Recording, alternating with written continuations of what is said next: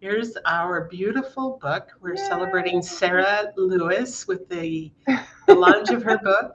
I'm Becky Norwood with Spotlight Publishing. This is Sarah Lewis, our newest author, and what a celebration.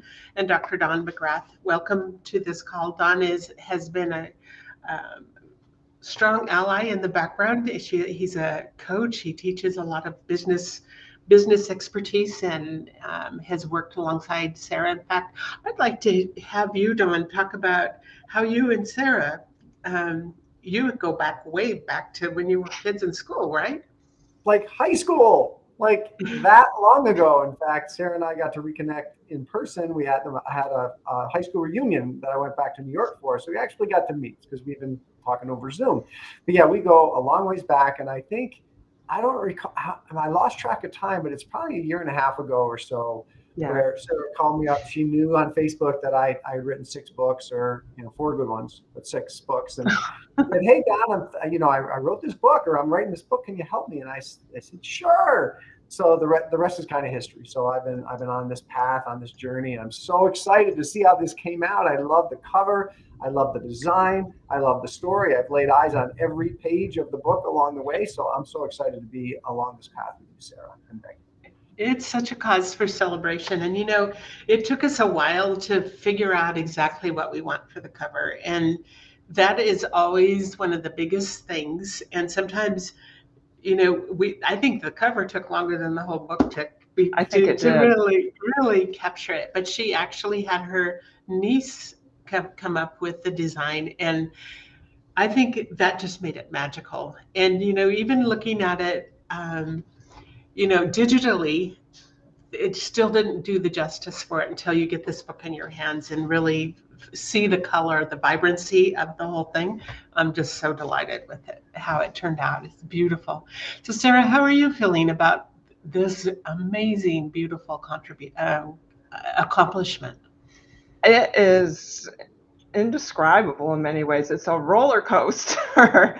I am so excited. I'm nervous. I'm crying part of the time. I'm just giddy part of the time. Trying to keep up with emails after having sent out a bunch of posts this morning. It's live. It's today's release day. So it's just, I really, I mean, you try to visualize it in your mind and think, well, what's that going to feel like? You can't. There's just no way. It's similarly when the hard copies arrived this weekend, and per Don's suggestion, I live streamed it. And when I opened the box and looked at it, I'm like, oh no, uh-oh, I'm live right now. I can't really react maybe totally the way I want to, but it's just to see it to see it in a hard copy is like, wow, I'm not dreaming it. This is really happening. This is amazing. Well, you have been so incredibly fun to work with in the sense that everything that we suggest you've done. And you've really taken it to heart. You've gotten amazing reviews from readers' favorite, and I would suggest, if you haven't already, to enter their yearly contest, because with those kind of reviews, I would suggest that you go ahead and enter their contest. They do some really nice things for those that become the award winners. It gives a lot of exposure. So yes, it's just amazing. So let's talk about the storyline and how the Mhm. storyline came about. There's a story that goes with the story. Definitely is. And even though it's a climate fiction novel, and a lot of people say, "What's climate fiction?" Which I never really even heard about until I started researching what genre it was, because people would say, "Well, what is it?" And so I don't know. I'm a first-time novelist. I haven't really read a book for fun in a long, long while. So I realized there's a climate fiction category, and this book. Um, discusses climate change. I tried to do it in an optimistic, entertaining way. That was my entire goal throughout the writing process, in a way to counteract a lot of the doom and gloom messaging that you see around climate change. But interestingly, the book didn't start as a client, anything having to do with climate. The book started out of grief. And I never would have dreamed that I would end up now with a climate fiction novel from that. So one of my dogs passed away very suddenly and unexpectedly at a relatively young age, at the beginning of 2017, and I didn't handle it well. So I was trying to find a way through that, and some friends said, well, sometimes if you like write how you feel, it can help. So I wrote a poem, which was great in some ways, but it still wasn't quite enough. And I have a very active imagination, which I haven't really exercised in a while because I'm been practicing law for 3 decades, and though you can be creative when you do that, you can't be imaginative in the way I am in this book. So as I was mulling it over in my head, I'm like, well, how about I do a story in which this dog, whose name was Bebop, is a main character, and he can team up with humans to do something. And then I figured what, though, would be relevant to both. What could be their common enemy? And I went back and forth, came up with ideas that would impact one and not the other. And then one day I was reading a climate change blog that I follow. It's put out through the environmental law section of the New York State Bar Association, written by Carl Howard. And it just hit me like a brick. Climate change. That is the common enemy.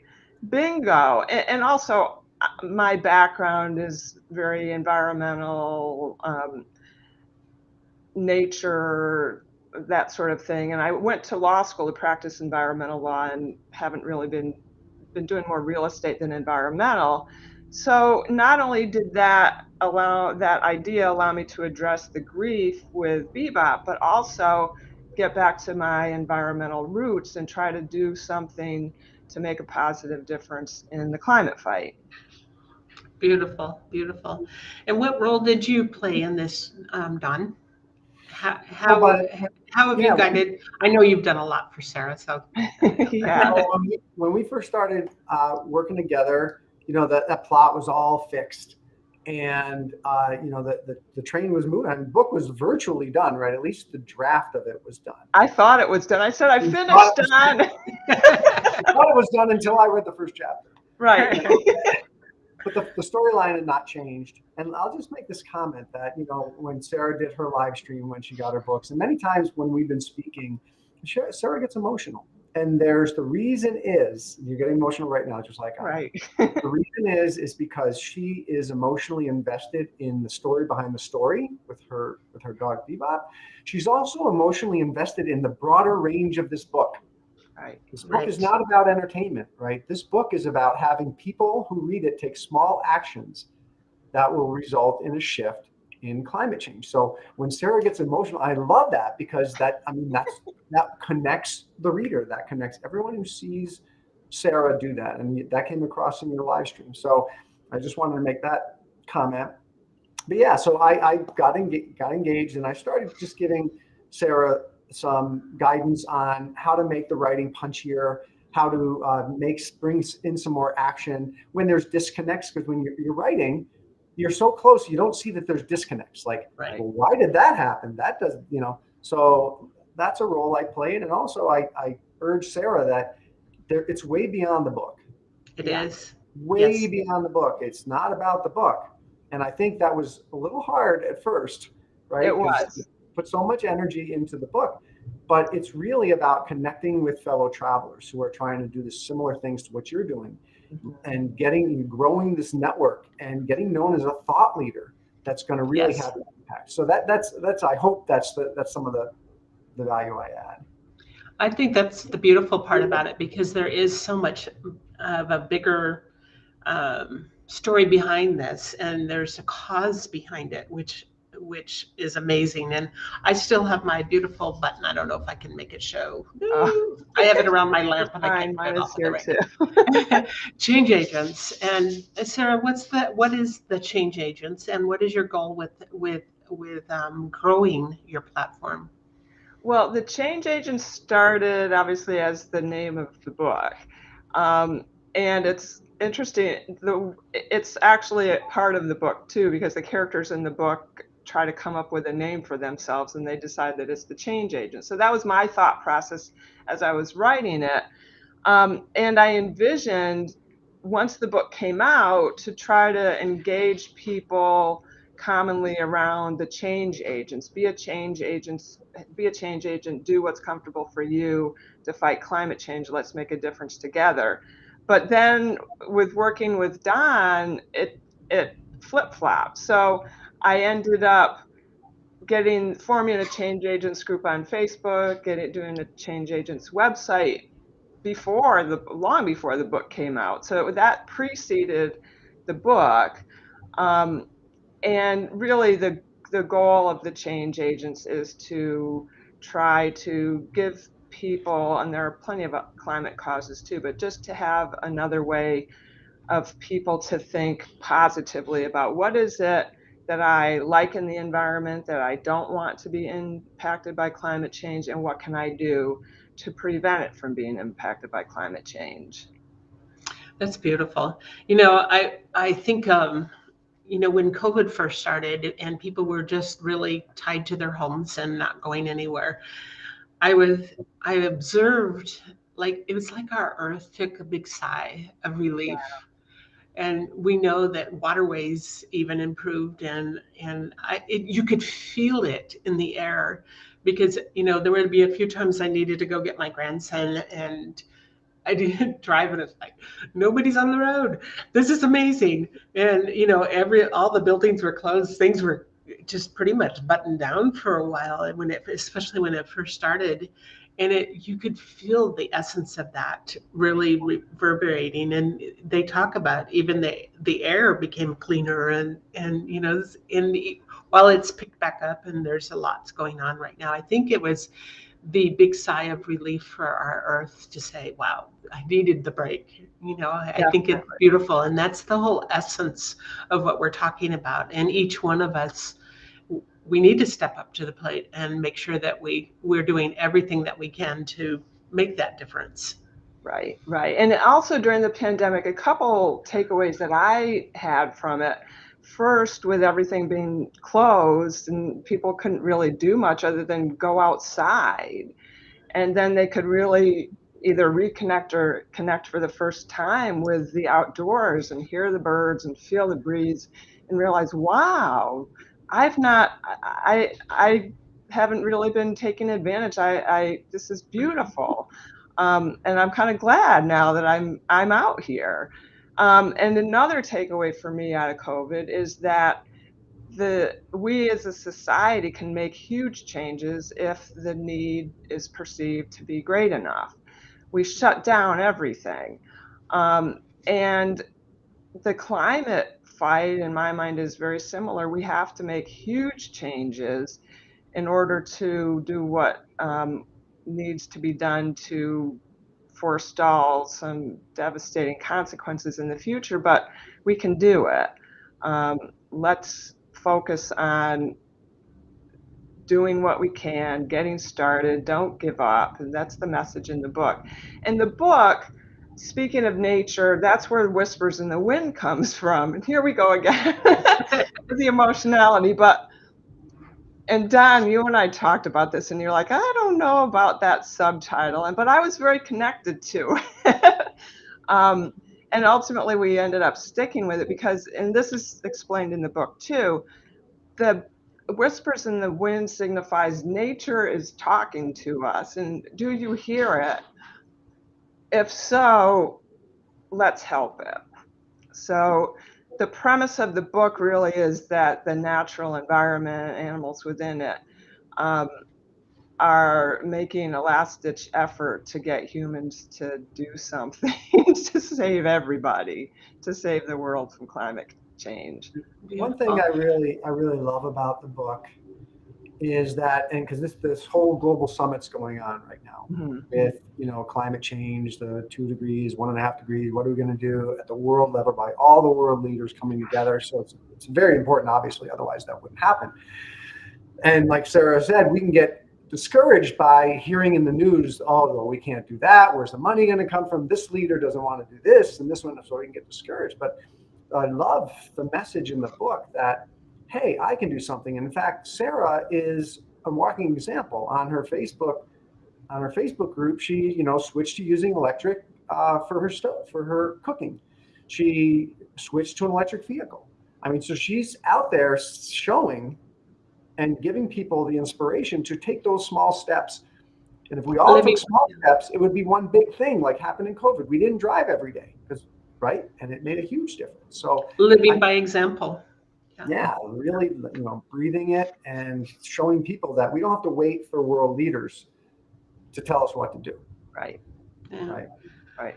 I truly love the storyline, and it's captivating because as you go in, you've got the little footprints all through the book just to kind of pick up that little extra character line and following this story. It's fascinating the way you put this together. Your imagination is amazing. Well, thank you. And the thought of the footprints at the beginning of every chapter was brilliant, Becky. So thank you so much for not only thinking about it, but to put it in all the work to actually get them on there. That was a lot of work. Yes. Yeah, because it was like, how am I going to find all those footprints? Yeah. So fortunately, I use Adobe Stock, so I was able to pick up a lot of those images, and I found some that were in groupings, so I didn't have to buy quite as many. So it was really, really cool. That works. Yeah. And it's funny. I was talking with a friend about this yesterday, I want to say. Yeah, it was last night. She called to say, how are you feeling? The release is tomorrow. And we were talking about how when I first told her what the book was about, I was kind of having difficulty describing it. And her thought was, that sounds a little out there. A little odd. But she said, once you start reading it, it just all comes together and it makes sense. You believe that this might be what animals are thinking when they fly around your head or whatever. So clearly it's fiction. There's some suspension of disbelief that is kind of necessary to really buy into it. But it comes together more than you might think from somebody saying, well, it's animals talking to humans and they're fighting climate change. Well, it's truly beautiful. I love this book. My husband has actually started reading it, and he's totally enjoying it. Oh, good. And I think that as you build on this, and I know you've talked about another in the series, which is fantastic. You're using it kind of as that guideline to a book is wonderful, but it's also to be used as a tool. And a tool for business growth. And you're starting a new phase of your life. You're now retired from law practice, and you're starting this change agent thing. And this is the important part about it: is a book can be used as that tool for really growing your platform, showing up as a thought leader. And while it's a fiction book, it contains such an important message that is why it needs to be used in that way. So, right. And that was really, as Don alluded to, one of the big things that I learned throughout the process of talking with him. And he kind of kept driving me towards making the realization myself. And when ultimately it took a little while, but finally I realized, wait, as you said, Becky, the book is a tool to the bigger thing that I want to accomplish here. And that was very eye-opening, that it's really not totally about the book. The book is just to kind of get people interested, and then awareness. Awareness. And then the next step is, okay, now I'm aware, what do I do about it? Right. And there's another part of that is books build credibility. Yes. In our culture, books are seen as important, right? We hold a lot of value in books, and we hold a lot of value in authors of books. About half the people I meet, when they find out I've written a book, they're like, I want to write a book.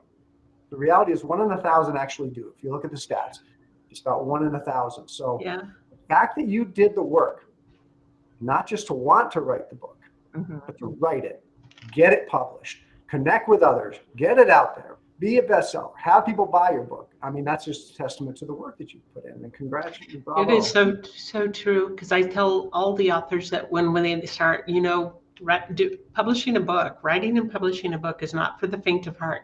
It's not for the lazy, because there's a lot of work that goes into it. And I mean, even just not even just the writing, but the editing part can make or break the book. But it's also probably the most difficult, because if somebody else reads it and says, well, I see all this, and I see this, and I see this, and you're feeling like you're going right back to the drawing board, and it can get very discouraging, where I'm never going to finish this. This is just too much work. And yet you've prevailed. And as I watch authors go through that process, what the refining that happens is what really truly makes the success. And the building of the credibility as a thought leader is highly important. And this book is serving in that manner in order for this to happen.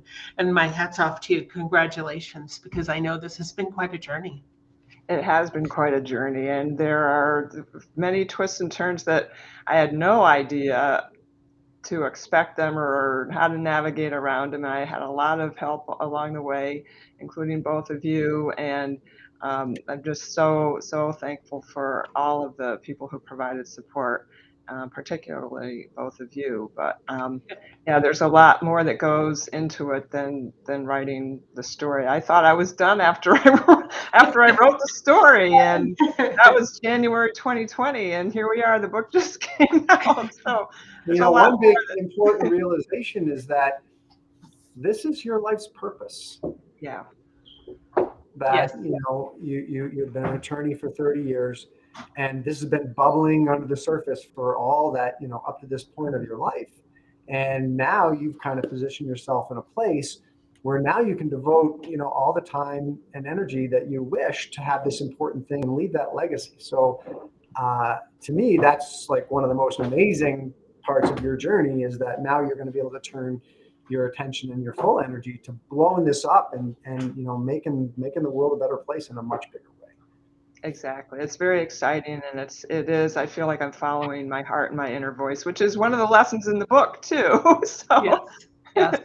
And I've seen that. I've seen you, as we've worked together through this process, the development the growth that I've observed just from the conversations that we've had. So I feel like it's truly amazing. And you've already reached bestseller in both book and Kindle, which are two different animals, the same book, but different ways of reading. And so, you have a lot to celebrate. You have great things to celebrate, that you stuck with the process, and that it's going to now propel you to the things that you're going to move on to do. So congratulations. Yay! Thank you. Oh my gosh. Woohoo! Awesome. So for those that are listening or have been listening, we've had people pop in and out, but some of them will listen later.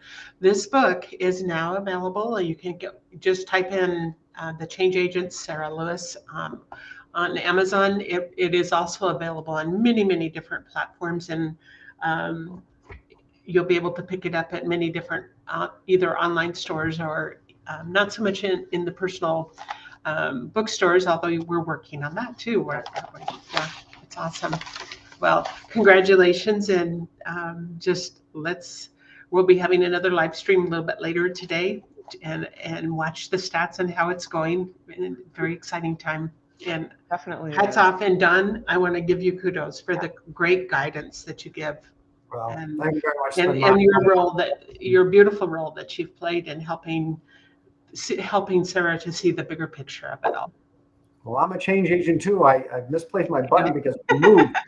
It's in Yeah, a box somewhere. I've got it right here right in front of me. I see it every day. I was like, yes, I love that. Kudos to Sarah, and thank you so much, Becky. And you All help right. so many people get their messages out. So I'm honored. Thank you. Thank you. Well, let's continue to celebrate this day. All right. Thanks, Don. Thanks, Becky. All righty. Bye. Bye.